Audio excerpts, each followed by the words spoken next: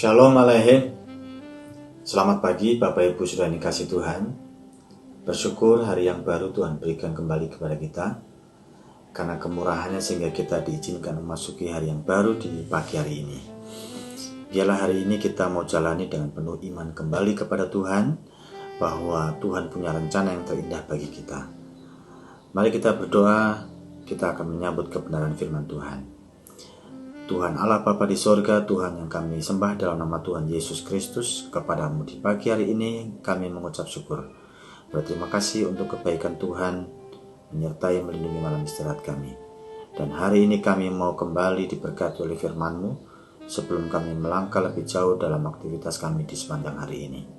Berbicaralah kepada kami Tuhan, karena kami siap mendengarkan. Dalam nama Tuhan Yesus Kristus, Allah yang menjadi manusia, kami berdoa dan mengucap syukur. Amin. Bapak Ibu dan saudari yang terkasih dalam Tuhan Yesus Kristus, pagi ini kita akan membaca firman Tuhan dari kitab Ayub pasal yang pertama, ayat yang ke-21. Ayub pasal yang pertama ayat 21, demikian firman Tuhan. Katanya, dengan telanjang aku keluar dari kandungan ibuku, dengan telanjang juga aku akan kembali ke dalamnya. Tuhan yang memberi, Tuhan yang mengambil, terpujilah Tuhan. Saudara dikasih Tuhan, ayat ini kadang-kadang dipahami, dimengerti sebagai ayat penghiburan dikala sedang ada duka cita. Padahal ayat ini kalau kita mengkaji lebih jauh, ayat ini sedang berbicara tentang persoalan hidup yang dialami oleh Ayub. Dan persoalan itu dialami oleh Ayub karena Allah punya alasan yang indah, alasan yang terbaik untuk mewujudkan rencananya bagi Ayub. Kalau kita pahami secara komprehensif, Ayub pasal yang ke-42 ayat 3-4 itulah alasan Allah untuk menyatakan rencananya kepada Ayub.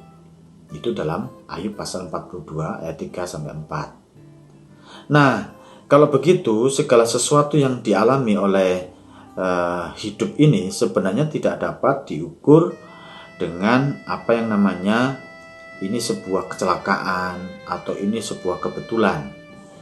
Tetapi kalau kita mengkaji pelajaran dari Ayub ini, peristiwa yang dihadapi oleh Ayub ada sebuah rencana yang Tuhan mau nyatakan.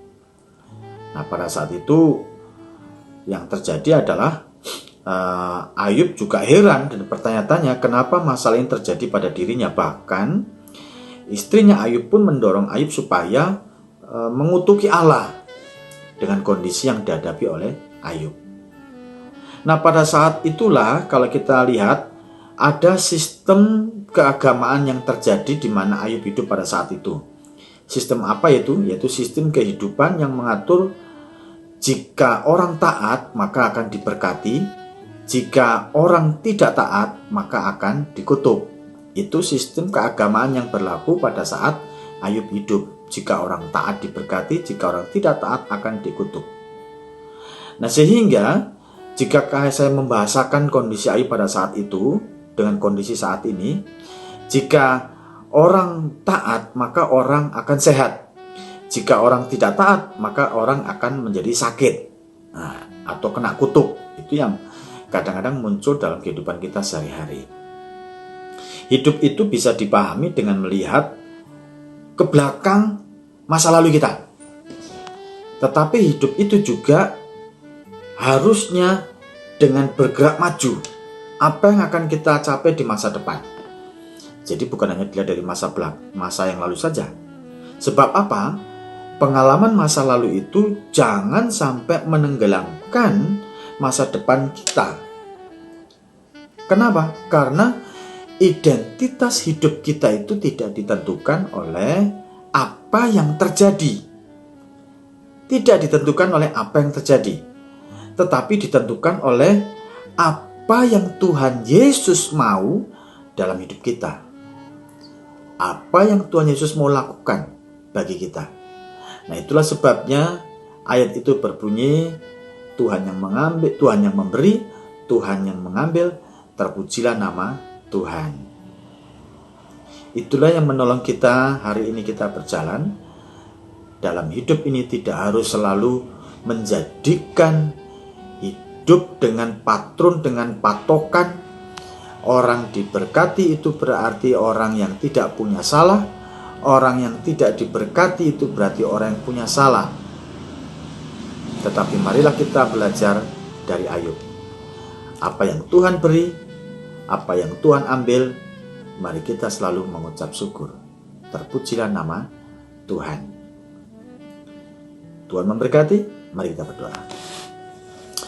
Tuhan Yesus, terima kasih untuk hari ini apa yang kami alami, apa yang kami baca, kami renungkan. Berkatilah Tuhan, biarlah firman-Mu menolong kami, bahwa hidup kami adalah hidup dalam kontrol, dalam penyertaan, dan dalam rencana Tuhan bagi kami. Berkatilah apa yang kami sudah renungkan di pagi ini. Dalam nama-Mu Tuhan Yesus, kami berdoa dan bersyukur. Amin.